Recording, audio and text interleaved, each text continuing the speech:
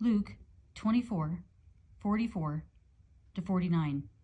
And he said unto them, These are the words which I spake unto you, which I was yet with you, that all things must be fulfilled, which are written in the law of Moses, and in the prophets, and in the Psalms concerning me. Then opened he their understanding, that they might understand the Scriptures. And said unto them, Thus it is written, and thus it behoved Christ to suffer, and to rise from the dead the third day, and that repentance and remission of sins should be preached in his name among all nations, beginning at Jerusalem. And ye are witnesses of these things. And behold, I send the promise of my Father upon you. But tarry ye in the city of Jerusalem, until ye be endued with power from on high. Having dealt with their fear, doubt, and uncertainty, Jesus proceeds to instruct them.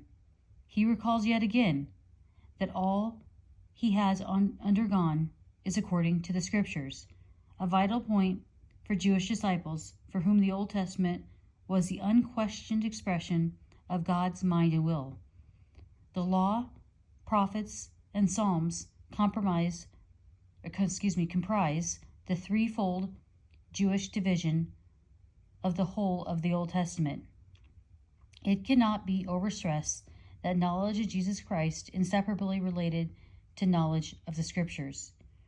From the start, a relationship to Christ carries with it the privilege and responsibility to proclaim the gospel. Repentance is the first step, apparently, in receiving the message aright. The preaching was to start in Jerusalem, but also extend to all nations. Those who are personally aware of Jesus' identity and saving power are entrusted with the mandate of world evangelization. Here is the source of strength for effective evangelism. The promise of my Father stresses that the Spirit's coming is not an afterthought, but an integral part of God's eternal will. Endued conveys the picture of one being clothed with God's enablement.